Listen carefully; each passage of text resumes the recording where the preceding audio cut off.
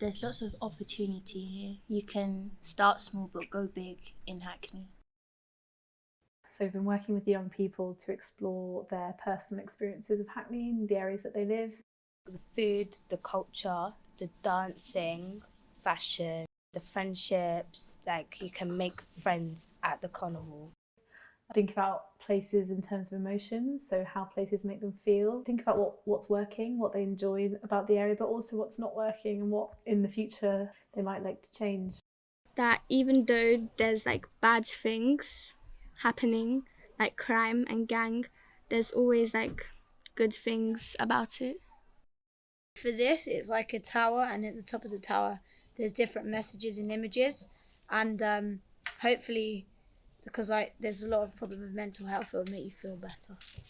This is very much a collaborative process, and it's very much about incorporating the voices of young people and the community groups that we're working with who actually live in the area, what they imagine that their world could look like in 50 years or 100 years.